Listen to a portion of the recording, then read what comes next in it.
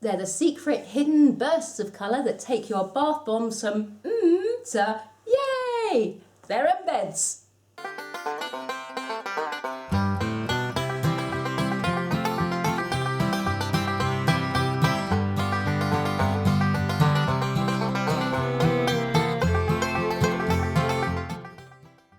Hey everyone, welcome back to our channel. For those of you who are new around here, welcome, pull up a seat. My name's Anne, and along with my good friend Wayne, we run this YouTube channel, and we also run the Sussex Handmade Soap Company, which is a small bath and body business based in the southeast of the UK. And today we are going to be making bath bomb embeds. Bath bomb embeds are heavily coloured little pieces of bath bomb that you hide inside your regular bath bombs so that when they go in the water you get colours kind of shooting out and colouring the bath water and looking amazing. They really kind of take a bath bomb from being, you know, an average bath bomb to being kind of like, wow, look at that colour. The bath bomb embeds that we are making today are made using water-soluble dyes. The advantage of the water-soluble dyes is that they do not dye the bath or yourself. Well, I mean, it is possible to technically dye yourself if you're making these embeds and you use too much of the colour.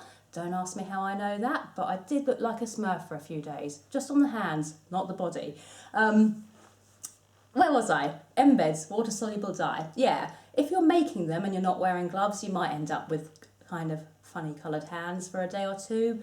But when they are actually used in the bath, the amounts that we use do not leave any kind of staining or dye around the bathtub, which is brilliant because generally customers aren't too happy if they buy your products and they dye their bath like bright green or something.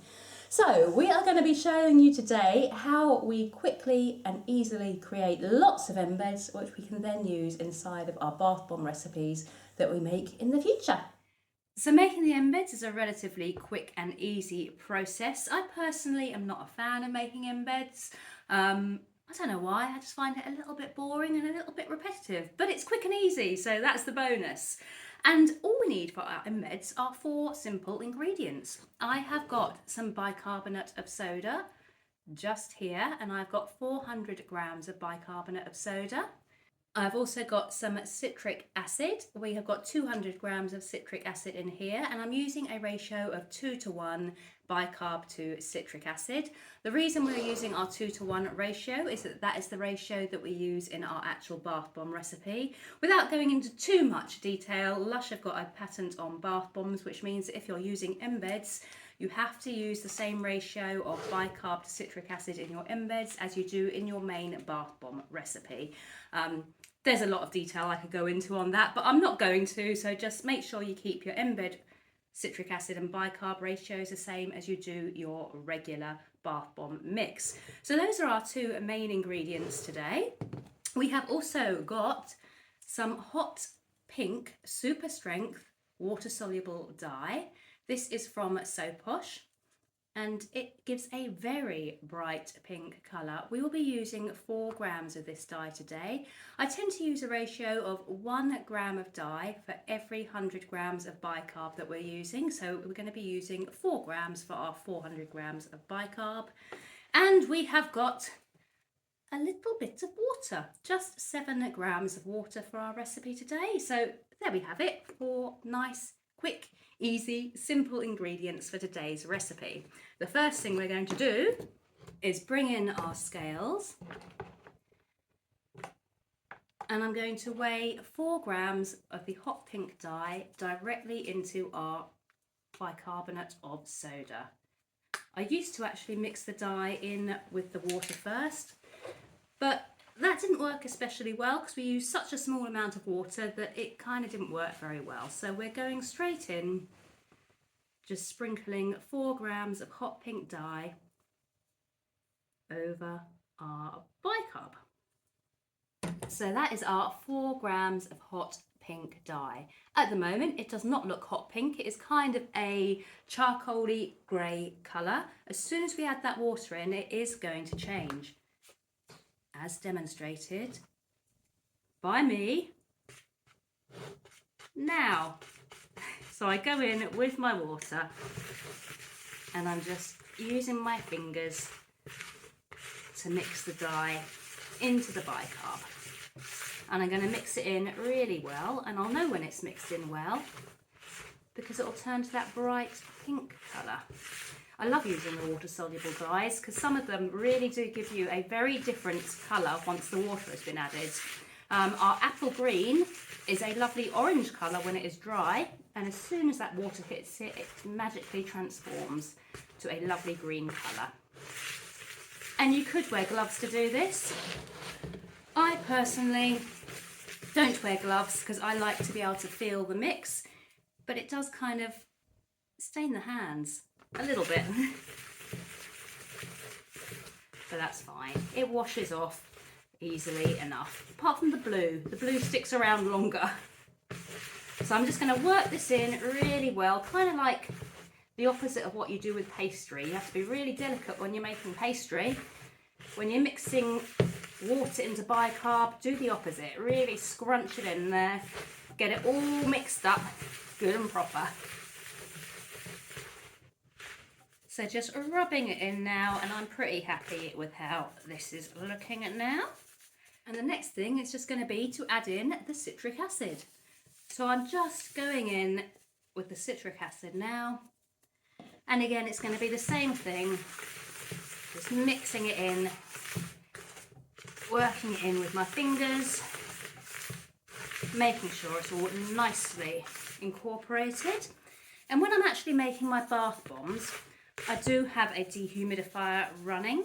I don't have that when I'm making embeds down here, but when I've made the embeds, I will be taking them upstairs to our small room, which is where our dehumidifier is, because I kind of find that when I leave them to dry without a dehumidifier, they do expand a bit, whereas they don't seem to get affected when I'm actually making them down here. But I say, leaving them to dry down here would lead to them expanding just a little. So I've worked that in now. It is quite a dry kind of consistency. That's the consistency I like for our embeds. I find it works pretty well. I'd rather have them a little bit on the dry side than too wet, because they do expand if they're too wet. If they're too dry, they may crumble a bit, but they're embeds. They don't need to look absolutely perfect because they're going inside the bath bombs. The next thing we do is we bring back in our scales and our embed mould. And this is the embed mould we're using today. It is from Mould. It is their 100 embed mould to make 100 at a time. I find this really useful. It saves me loads of time when making our embeds, and it works really well for me.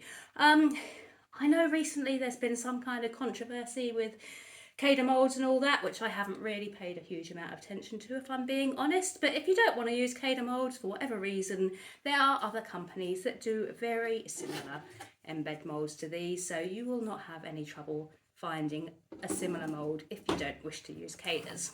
Right, I then go onto our scales, and I zero the scales, and all I'm going to do now is add 150 grams of the mix into the embed mould. And I always weigh this because I know that I've got 600 grams of mix in total in here. I mean, very marginally more if you allow for the weight of the dye and the water, but we're rounding up to 600, or rounding down to 600. And I know that I've got 100 spaces in here, and I know I want my embeds to weigh 1.5 grams. So doing the maths, each full embed mould needs to weigh 150 grams.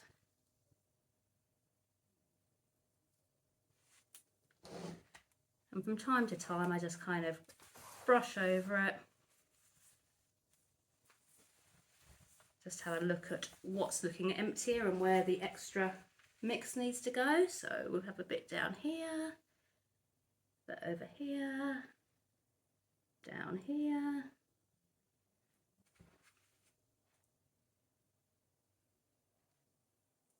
And I'm at 144 now, so that is filling up nicely. There we go. 150.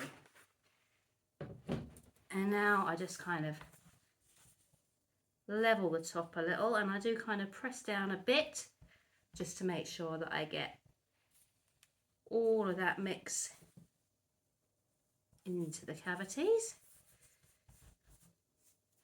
And then I take the top part of the mould, and all I do is line it up, which sometimes takes a little bit of effort. Get the scales out the way. Am I lined up? Lined up there, lined up there. And then I press down really nice and firmly. A nice firm, hard press down.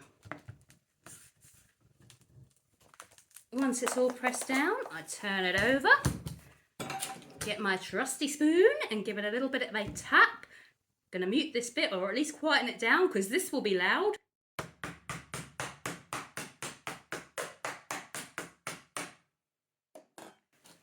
And then I simply take off the top part, and I place my fingers just here, and I press down. Sometimes it needs a little bit of coaxing, and you'll be able to feel when it has released. And then we simply bring in a greaseproof we bring in a greaseproof lined tray, and we just tip the embeds onto it like that. That is it. Well, that's the first lot anyway. I've got enough mix to do 400. This is our first 100. Looking pretty good. I'm going to do the other 3 now. This is the only other bit that's a bit of a pain in the backside. Getting the mould out once you've pressed it down. I don't know if mine is catching slightly, but it's always been pretty stiff to actually release. But just doing it slowly, bit by bit, works. There we go. Right, so brush some of that out the way. So the base goes onto the scales, the middle part goes over the top. We decant 150 grams of mix into our mould. And if the mix does start to dry up, you can add a little bit more water. I normally do this a lot quicker because I'm not obviously normally filming myself doing it. Mix feels okay at the moment. By the time I get to the last ones, I might need to add a little bit of more water in. And I'm talking like, a gram or so, nothing major. Even just spritz it out of one of those little spray bottles would probably do the trick.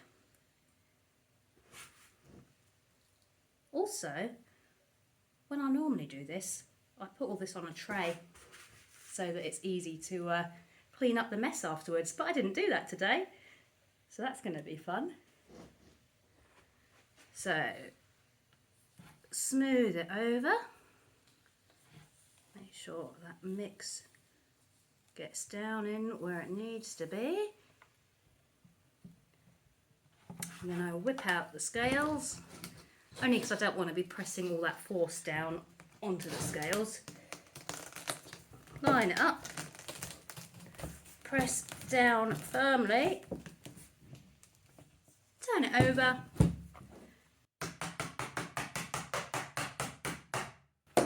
tap to release, lid off, press down,